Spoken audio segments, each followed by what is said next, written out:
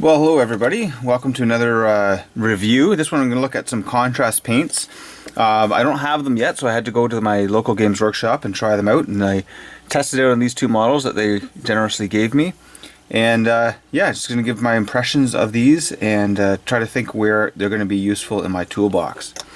So first of all, I did a Blood Angels Primaris Marine. Did all the red all in one go, and then tried blocking out a couple of the colors. As you can see, painting inside the lines is a bit of a challenge. Let's zoom right in. Oh, not so much. There we go. You can see if you paint outside the lines a little bit there, causes a bit of a problem. So one of the biggest thing I guess with these is they're great for laying down base colors. Like this Primaris Marine, yeah, he's not edge highlighted or dry brushed or anything like that, but looks really good and will look awesome on the tabletop. So laying out a base color, I think it works great. I can see a couple spots here where the paint has kind of rubbed off. See the fingertip there, maybe a bit of the knee. So you're probably going to need to put a clear coat on this after you're done, just to make sure it doesn't rub off when you're playing on the table. But yeah, so what you can do is you do the whole Marine one color, and then you can go, if you can paint inside the lines, and you can go and do some of the other colors straight away. Otherwise you have to go back and retouch them up with the base colors of the two sort of the warm and the cool tones. These here on the bolter here did a bit of the blacks and grays. I really like how they look. The black isn't super black, but that's okay. I tried retouching up the hair and I forgot to paint that after. But yeah, I think in general, I think it's a great thing. Not really sure exactly which ones I'm going to get. I haven't decided how I'm going to work this into my workflow. I also did this little plague guy. You can see the colors just look really nice on it. And that light green there just turned out really nice. So, putting on the base color, I guess the challenge that I have when I'm doing models quickly is I paint outside the lines a little bit. And going back and retouching this up is going to be a bit of a challenge.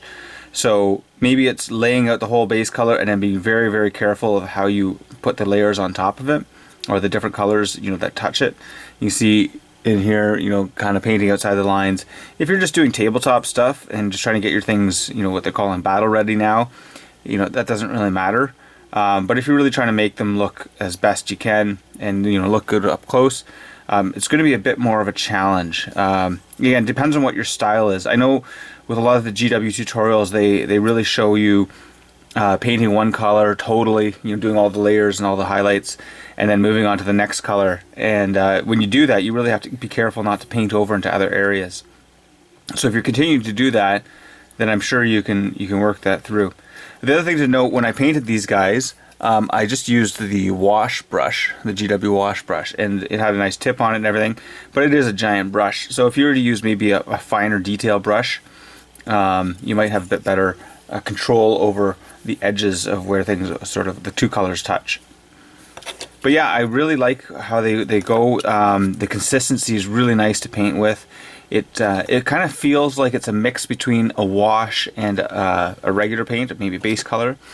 I've experimented with that a little bit before, trying to get a semi-transparent base coat, and it seems very similar to that. So it's probably, a mixture of inks, base colors, and flow improver of some sort of a mix there. And I'm sure somebody will figure out sort of an equivalent medium to mix your paints with. The other thing that they're going to be providing or selling is the medium that you can mix with it to sort of thin it down, or make your own base color. I'm not sure exactly how that's all going to work out, but it's pretty exciting. The colors are very vibrant and very large range that they're releasing all in once, which makes it a bit of a challenge if you don't know exactly what your project is. You're gonna have to buy a bunch of paints and figure that all out. But yeah, I really like them, and hopefully be able to do some tutorials sort of using them in conjunction with the regular paints, and see how that goes. Let me know if you have any questions about the contrast paints, if there's any particular things you'd like to see, any techniques you'd like me to experiment with, and yeah, we'll see where it goes from there. See you next time.